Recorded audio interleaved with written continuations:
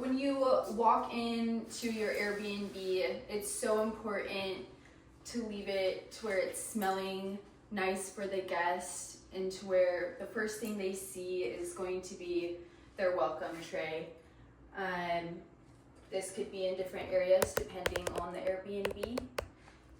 It should have a bubbly water. I'm just using props right now. There'll be wine glasses, a specialty granola bar, and cleaners. You'll have your wow card that you're gonna bring into all your Airbnbs and you're gonna be placing on that welcome tray for the guest. Every Airbnb will have its own welcome binder.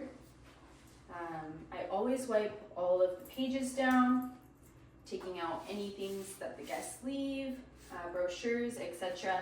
I wipe down all the pages, look through all of them, make sure it is all okay, and I leave that next to the welcome tray always.